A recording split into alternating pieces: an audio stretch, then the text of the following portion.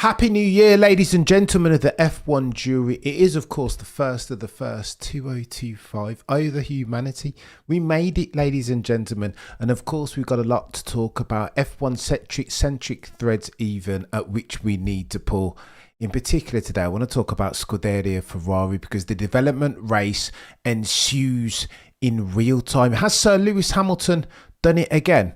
Made his time into perfection as far as jumping the good ship Mercedes and stepping aboard the good ship Scuderia Ferrari, just as he did so brilliantly in 2013-14 settings. I don't know, but everything that I'm reading today around the news and the F1 centric threads at which we need to pull, of course, leans into the fact that Scuderia Ferrari might have done something a bit special here. Look, 2025, the story arc of it will be decided by development. You saw in 2024 already that McLaren, they nailed the development race and therefore they nailed the constructors and very nearly the bloody drivers if it wasn't for Maximilian Verstappen's not insubstantial talents behind the wheel, not least in monsoon conditions at the Brazilian Grand Prix in Interlagos. Don't take my word for it. Helmut Marko said that Red Bull, it was a difficult year for them,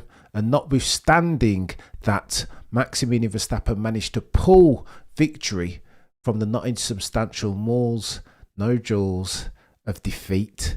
But I digress, because we're talking about 2024 in the first instance. McLaren, therefore, had the opportunity to win themselves a drivers and a constructors by dint of their extrapolation curves, the rate at which they were able to develop a car, particularly towards the latter stages of that season. H2, Q3, Q4, who would argue in good faith that they didn't have the best wheels, no, the quickest machine on that grid?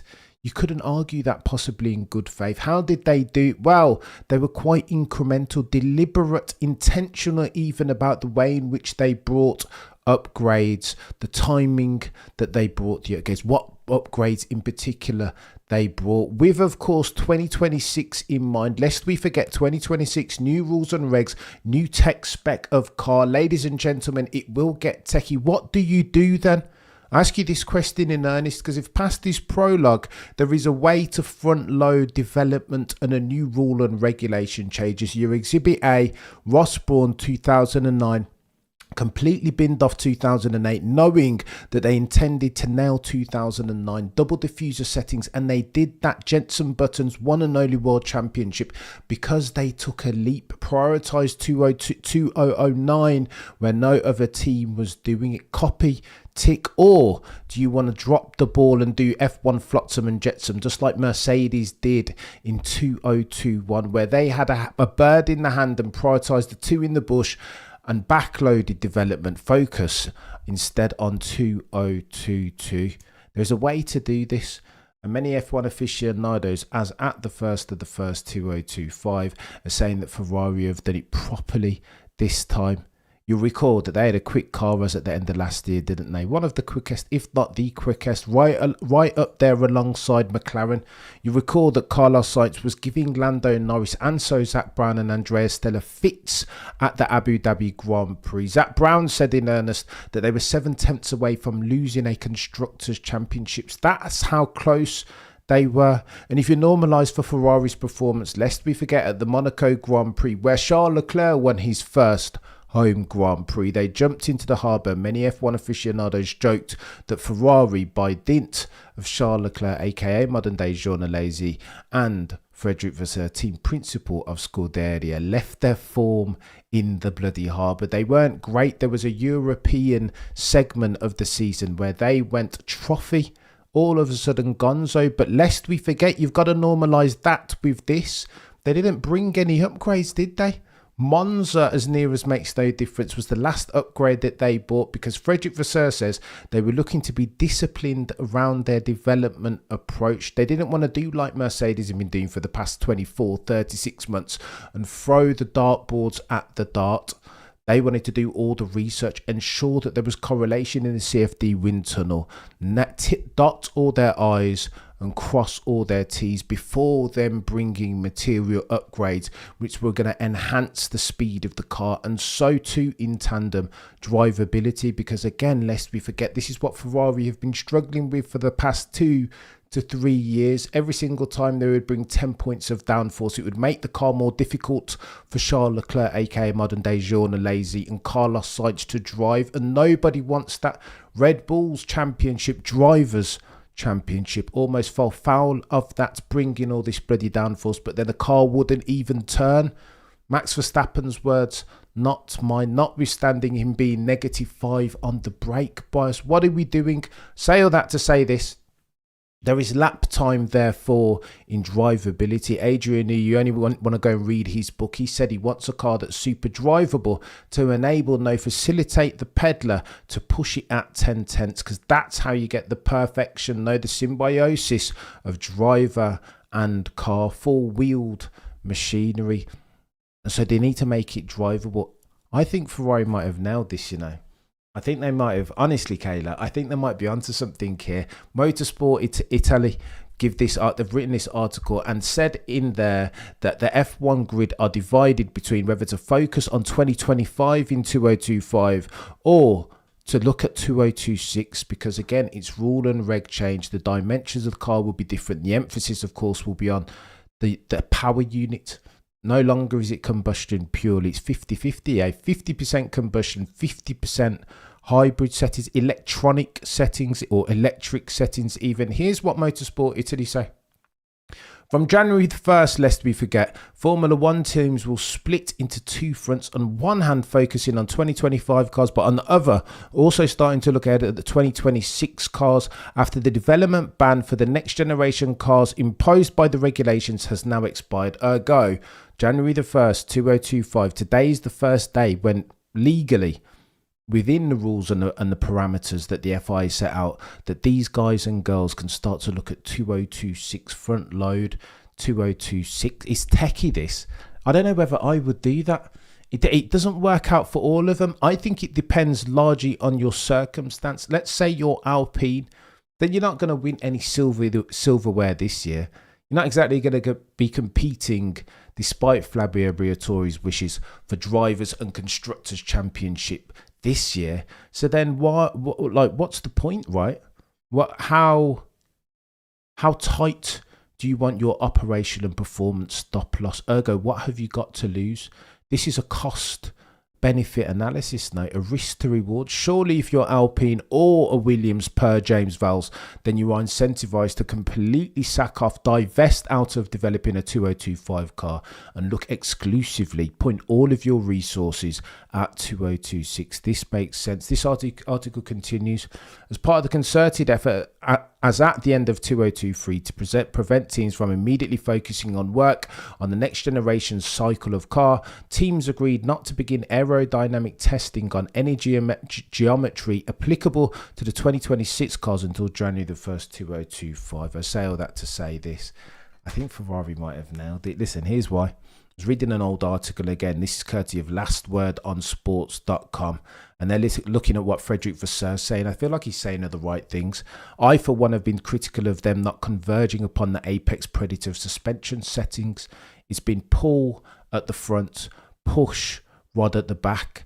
That, again, laid out very nice and neatly by the Bulls that are red and Adrian Newey. They said last year that they'd seen something in their CFD and wind tunnel. And what they weren't going to do is follow fashion, be the last sheep. Do you know what I mean?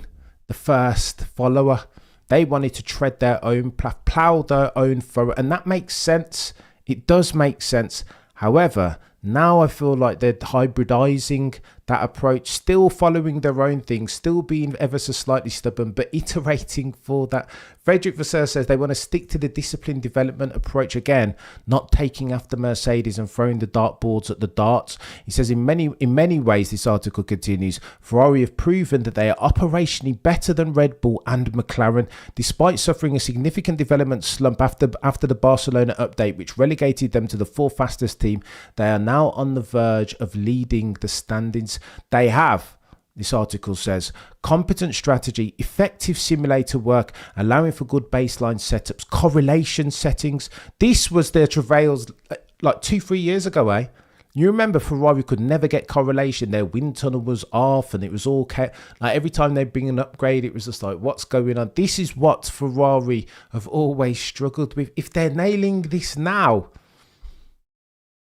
Lewis Hamilton might be joining at the right time, but I digress. This article continues. Baseline setups, especially in sprint race weekends, they've all played a significant role. Frederick Vasseur said, we will only bring upgrades if we are confident, and that's borne out in what we saw in real time. Look, Monza was their last upgrade that they brought. They said that potentially they were going to bring another thing at Qatar, an upgraded floor potentially. And they brought one, but they didn't use it. Qatar settings, again, being super deliberate, super intentional and incremental. I don't know. I'm a bit worried. Look, and if you wanted to fact check this, because don't listen to me, sometimes I'll talk rubbish. Fact check me. Go and take a look at the F1 odds per the forensic accountants, the guys and girls, the actuarials who set the odds with a view to make money on this. They have, guess. Who do you think they have as the Constructors' Championship favourites? Have a guess. Scuderia Ferrari, joint favourites with McLaren. Both of them, they give 44% chance of winning the Constructors. Oh, the humanity. Red Bull, third favourites on 20%. When I read out these percentages, of course, I'm meaning that if you ran a simulation of the championship in 2025 under the current set of circumstances, how many times would these guys and girls win? They're saying that if you run it 100 times, Ferrari would win 44 of them. Oh, the humanity. Mercedes, of course, as Mercedes tend to do, languishing on 9%. Let me read out what else Frederick Vasseur said. Going into 2025 and the development race that's about to ensue. Frederick Vasseur says, we're not all in the same situation. I think like Alpine or Aston are probably more tempted to work on the new regulations first. Also, you have more time available in the wind tunnel, so you can afford to go in this direction. He continues, if you are one of the top teams today, you drive the car forward in 2025, and you will also be fighting for 2025 even. So it's difficult to give up having to fight for a world championship. Also, if you know you have not done your best, it's hard also for the members of the team. But there is competition from Red Bull. Mercedes will be fast too. But there is also Ferrari who will be fast. There's no reason why we can't win a champion. I'm telling you. I think Scuderia might be in that. Never heard laggard sounds like my kind of city. What are you guys talking about? B-mended. Should AM Aston Martin write off 2025 with Dan Fallows demoted? Should they bother with improvements pre-Newey? So look, if I know anything about the last airbender, Adrian Newey, one of the goatiest aerodynamicists to have ever aerodynamicked, I think he'll be invested massively overweight in 2026. There is league time now. Like you can't expect Adrian Newey, similar, equal and opposite to the downside that Red Bull see from Adrian Newey leaving. It doesn't hit straight away. They would feel the downside from Adrian Newey leaving in this year more than they did last, because there is lead time. And similarly, the equal and opposite is for Adrian Newey joining Aston Martin. You can't expect him to join an Aston Martin and day zero design a market leading car. There is stuff that they've got to fix for, right? He's got to embed himself, build the team around him. Fallows again. I was convinced that Fallows, he did his best tried his hand at building a green bull, but again, it didn't work, right? Dan Fallows, one of the some say goatiest F1 aerodynamic minds to have ever aerodynamicked. And where is he now? Doing something else. They've offloaded him. He's no longer even working on F1 technologies, which is chaos. I'd anticipated for the longest time that it would be Newey and it would be Fallows tag teaming, but apparently there's no space at the inn for one Dan Fallows. Says all you need to know about Oscar and Charles, that Lando is still WDC favourite. Michael, how, if you were an odds maker, how could you not put Lando Norris as the favourite on the back of what we saw and how close, depending on your persuasion, depended on it's a broad church common creed, but he was close. Not close in terms of cumulative points in the driver's standing, but at one point he was the one keeping Maximilian Verstappen honest, particularly before the Brazilian Grand Prix. So how, if you're an F1 actuary, a forensic accountant. How could you even argue in good faith that Lando Norris doesn't have to be 1 or 2, right? I'm not sure that Charles has proven himself, not this year at least. Again, it was a brilliant season from Charles, but he didn't get close enough, often enough. Now, maybe you can argue that you want to normalise for the machinery, and had Charles been driving Lando's car, then he would have gotten much closer to max standard Lando. Maybe that's the argument that you want to make, but I don't know.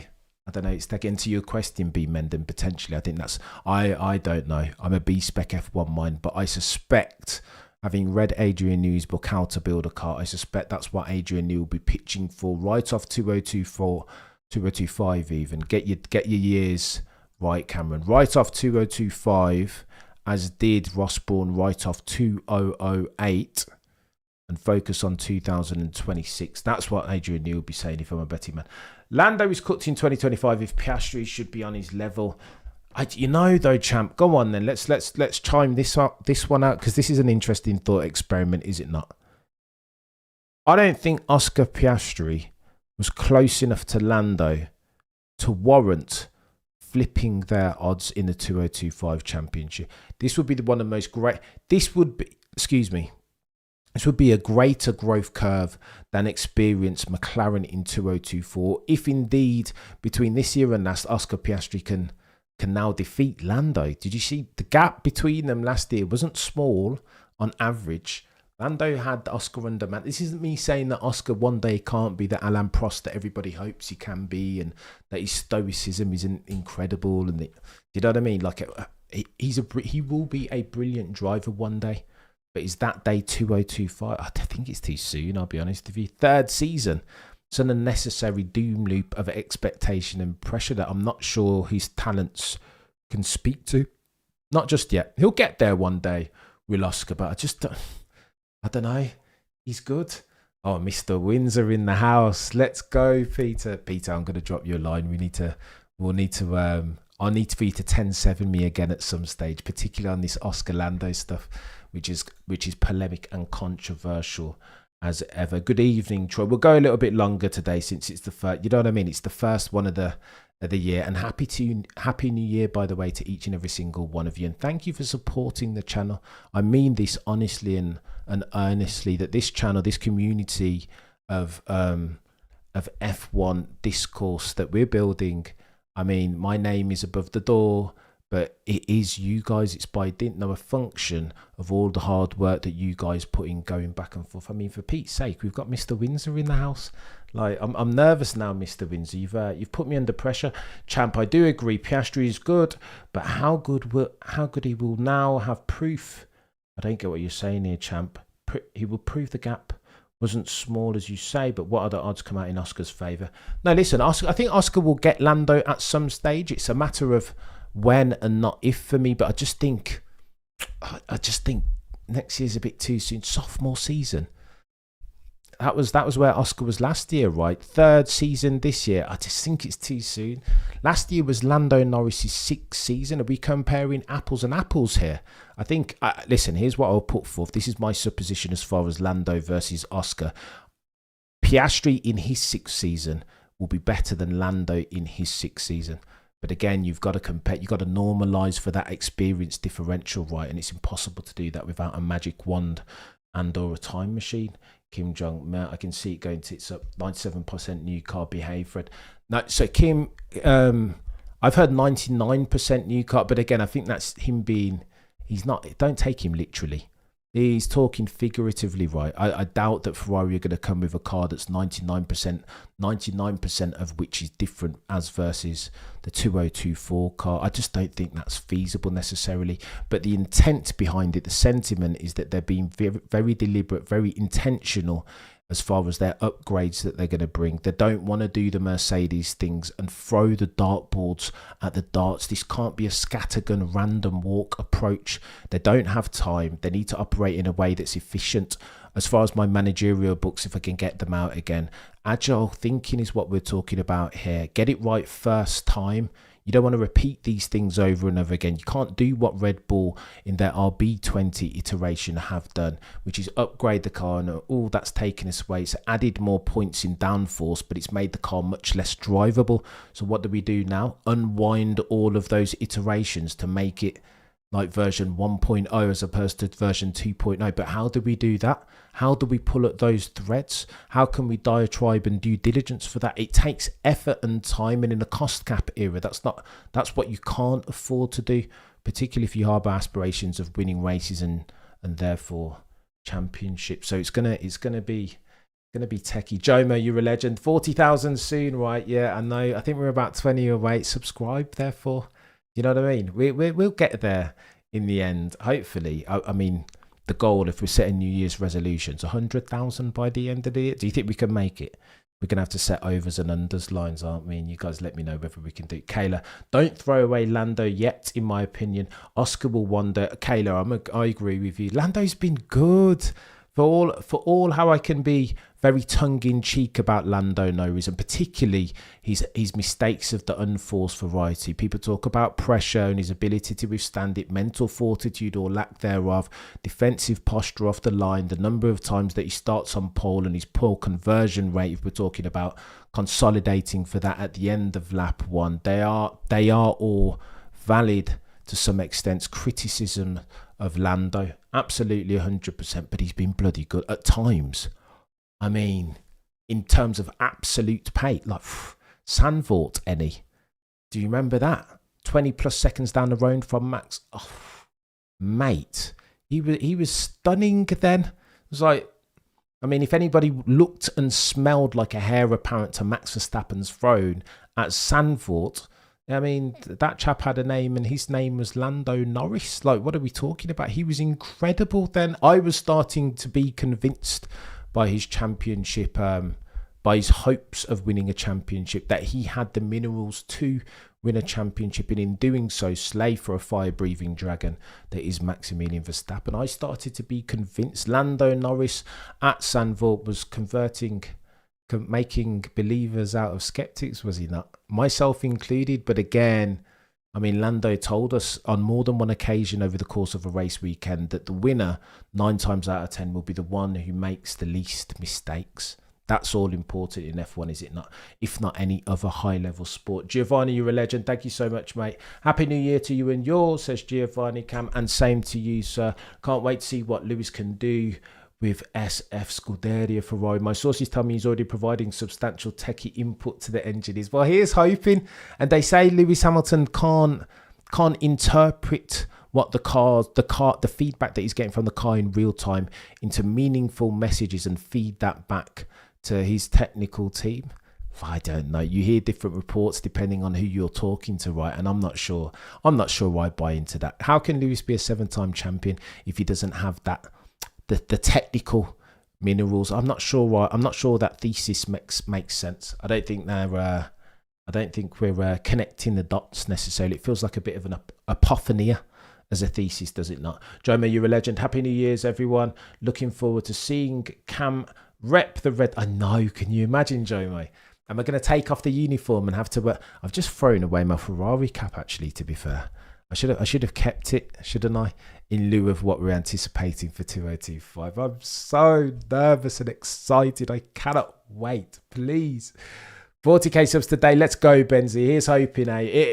All of that will come in good time. A wise one once said to me, Cameron, what you need to do is focus on the process, not the outcomes. And that's the way that we... And this is all me. This is me just talking, right? I'm riffing, but that's the way that we continue to produce good content, add value streams, and we'll get there in the end. We'll be all right. Do you know what I mean? We'll 40,000, 100,000 maybe this year, depending on whether the F1/racing gods smile at us and we get a half decent season, which I anticipate. Jomo, you're an absolute legend, by the way. Moderator extraordinaire. Honestly, Charles will be in the mix. Oh, go on then, Kayla. Let's talk about Charles. Am I going to have to retire the modern day journalese moniker? It's a bit rude, that.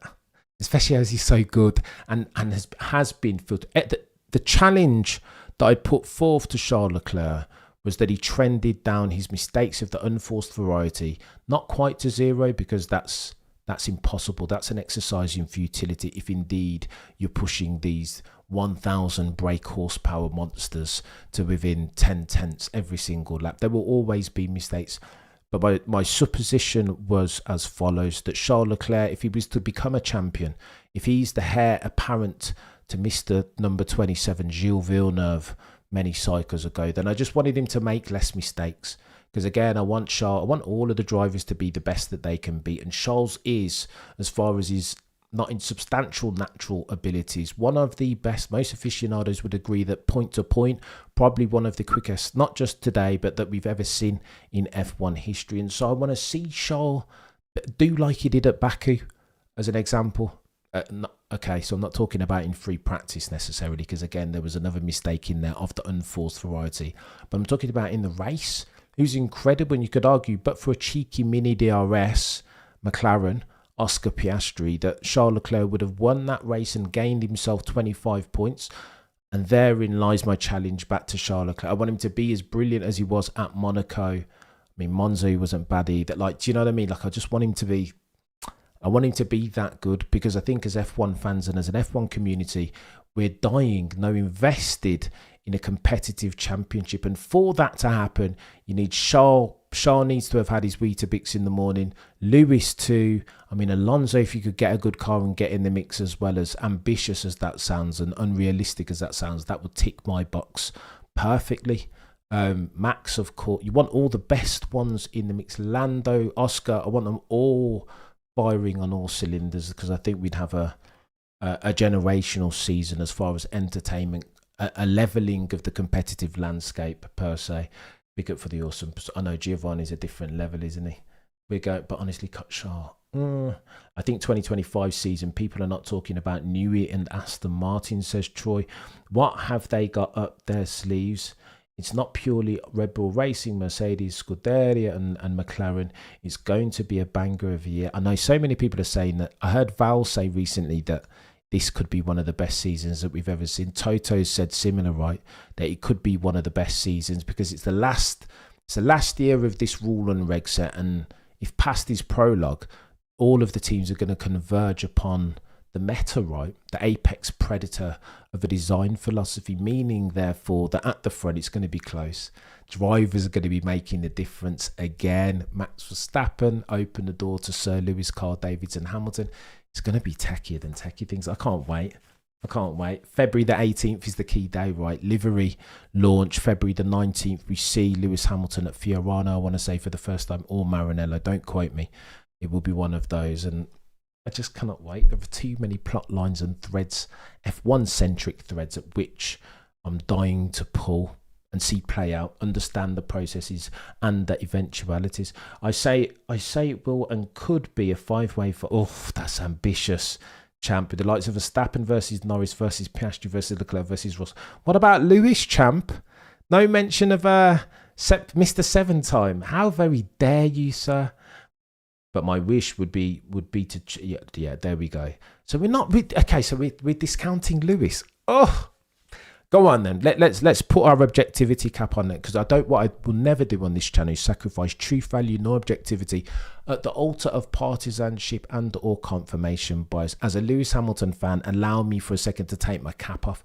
Do I think it's the most likely outcome that Lewis Hamilton, at the age of 39, soon to be 40 years old, can beat Charles Leclerc in his pomp, in his prime, already having built that team up around him and has the Charles Leclerc infrastructure requisite to win himself races with frequency and therefore championships? It would be disingenuous of me to say it. I don't think that's the most likely outcome. But if anybody can do it, if past his prologue, I mean, you've got to back Lewis Hamilton, right? He's a record breaker. Where were these numbers? That I was looking at the numbers of Mercedes earlier on, and he's a chaos merchant. 246 races at Mercedes from Sir Lewis, 84 race wins, 78 poles, 153 podiums, 8 World Constructors Championships, 6 drivers, of course excluding the one that he won at McLaren. I mean, if he's not the exception as an F1 peddler that proves the rule, like, I don't know. I don't know.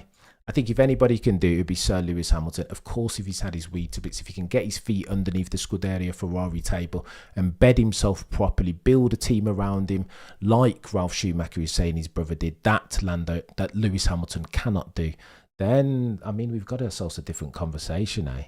If he can do all of those things, I mean, if he can have that relationship that he's already building with Charles, that mentor-mentee relationship, do you know, I don't know.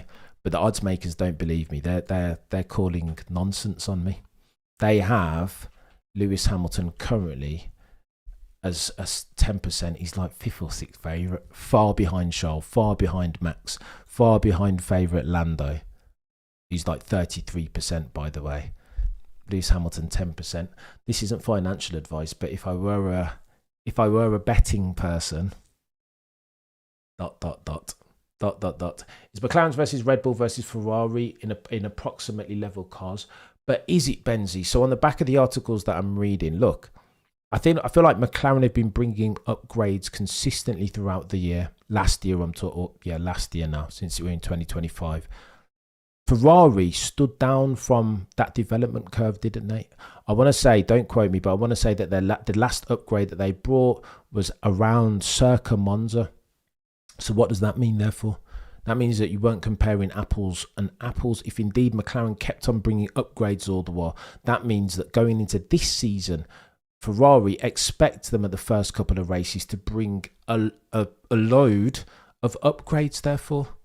And then what's their car going to look like there? And again, this is me assuming that they don't have any correlation issues, which is a big assumption, probably quite ambitious, you might want to argue. But imagine they bring upgrades early on in like Q1, Q2 in 2025, and they work. Then we've got a proper Scuderia Ferrari champions, both drivers and constructors in 2025 conversation. Random question: is it a Weetabix in the year? Is it Weetabix? It's Weetabix. It's all one word, Kayla. It's a breakfast. It's like a wheat fueled cereal.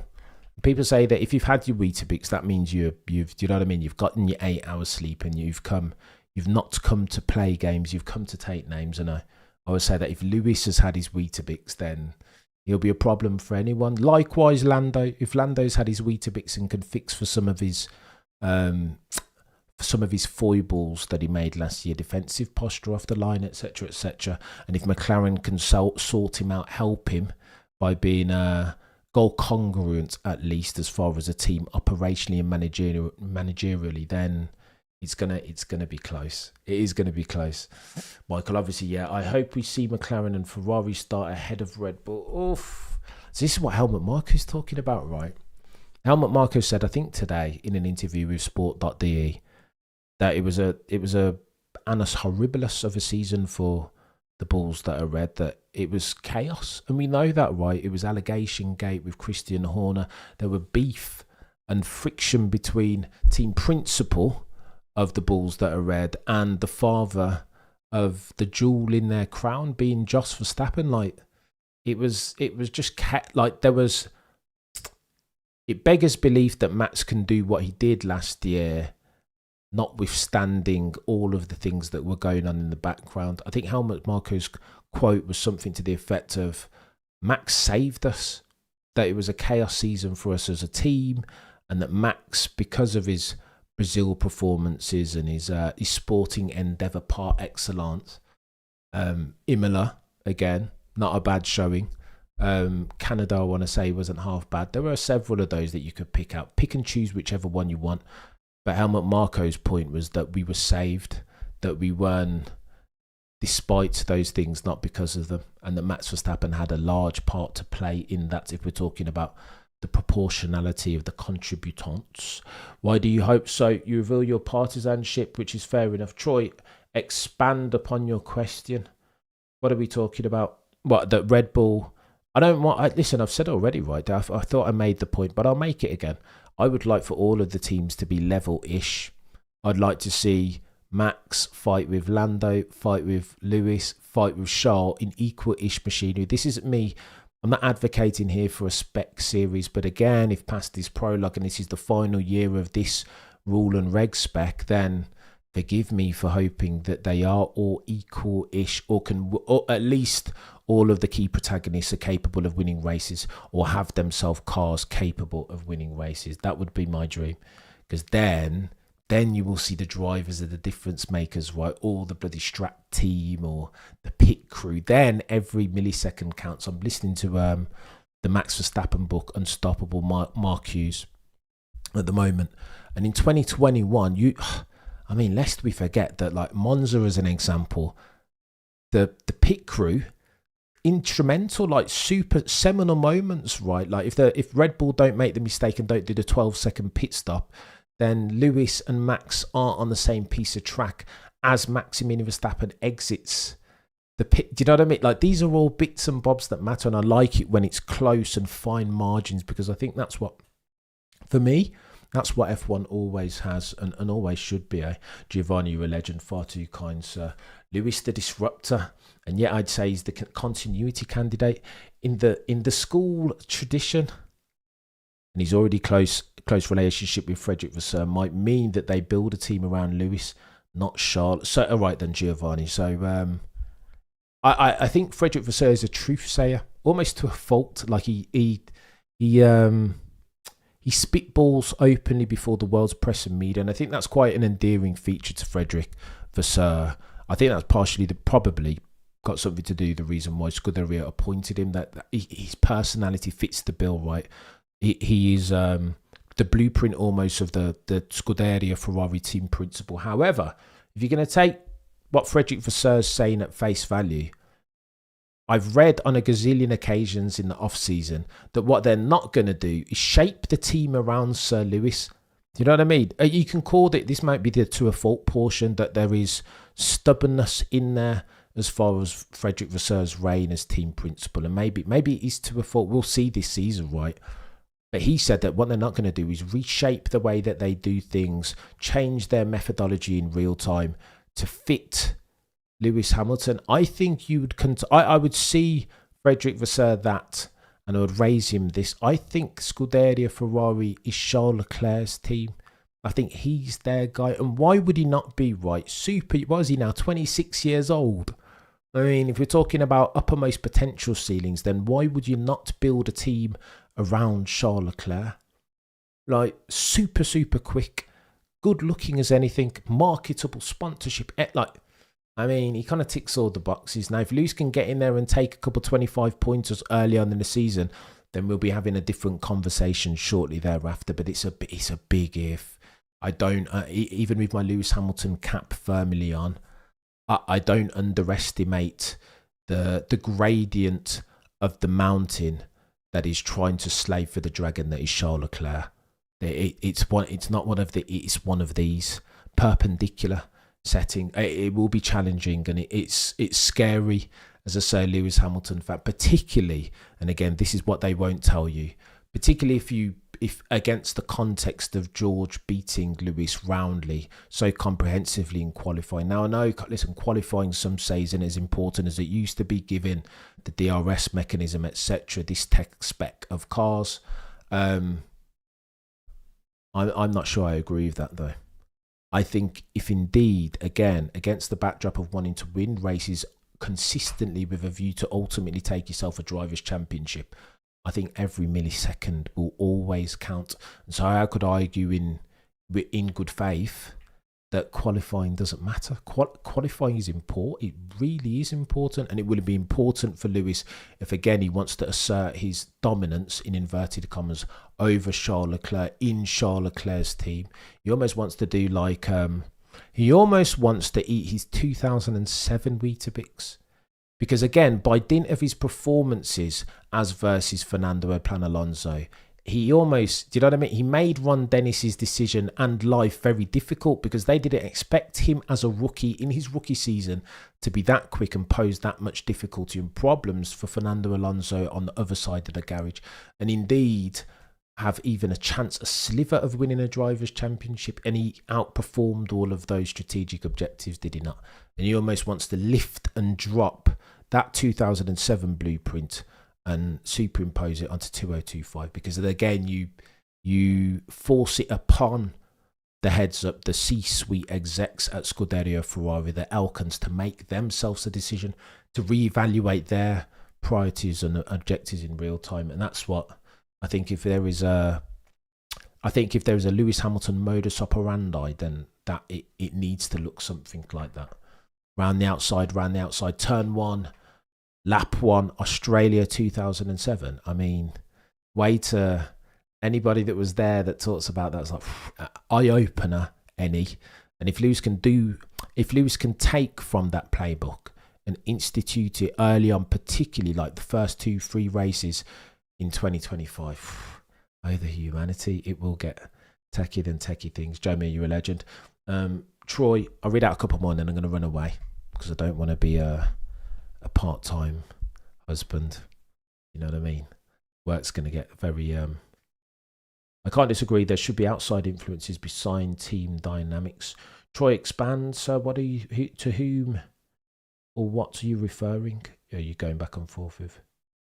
Go on and I'll read Benz's because that one makes sense. I also hope for equally sure capable cars for drivers to shine. If Max has a good car, we might be back to boring processions, aka non-races. So this is the thing. I want to see all the drivers drive at their best, like need to perform at the peak of their powers. So I know I've said this on a gazillion occasions, but I'll reiterate. I know Max Verstappen wants to destroy the field each and every single race to the tune of 60 seconds, and that's his prerogative. That's who Max Verstappen is, as a fire-breathing dragon of an F1 peddler. That's in his DNA. But I would contend, Max and Max fans, that 2024 was a gift in the sense that it allowed, because Max had a car that was a struggle to drive, an SH1T box, to use the Toto analogy. Because of that circumstance and all the other stuff that was going on, Max was proving in real time just how good of a driver he is, how good he can be. Some say Simon Bond's The Meaning of Sport, that the ability that the greatest ones prove themselves to be the greatest in the most difficult of circumstances, when their backs are up against the wall, when it's 40 love and they've got to pull something brilliant out for the next 3 points just to get back to deuces. It's that type of thing, and I would argue that we saw that more than any time post 2021 as far as Max. 2022, 2023, 2024, this was the year when you get to see who Max is, like the fabric of the man as an F1 driver, because he had to do Brazil. He had to come from 7th. The circumstances were against him. What qualifying was a nightmare for him, fortuitous circumstances or lack thereof. The racing gods had turned their back on him. Like, all the luck and good fortune that he'd had in 23 was like, it was almost like he got a catch up of bad luck, unfortunate circumstance, accrual almost. And then Max Verstappen shows you who he is in real time, because despite the nerves and the pressure and him having his back against the wall, Max Verstappen at Brazil in particular, and there were other instances when he managed to fend off Lando Norris, who'd had his Weetabix. But Brazil, I mean, geez, like, how? P17 to P1, 43 laps, and then 17 quickest laps thereafter. This doesn't, how? I don't even, this is why I keep going to watch it back to try and understand. Okay, so he had safety car and yeah, he was a bit lucky, but then how does he stay out? You go back and listen to the radio, and his GP's like, mate, stay out. He's like, this is like red flag worthy. Yeah, the rate, I can barely see, visibility is 0. It's, do you know what I mean? He's done something a bit special there, and so I think this year the Max Verstappen naysayers have got to take 2 seats, right?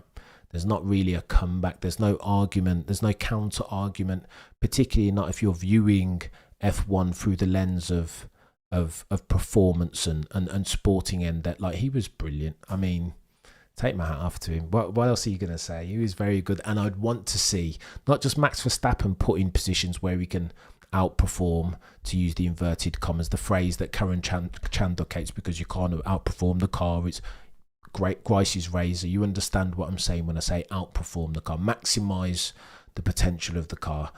If that was the lot, if that was the challenge that people were setting out for Max Verstappen, then in 2024 you saw him do that frequently.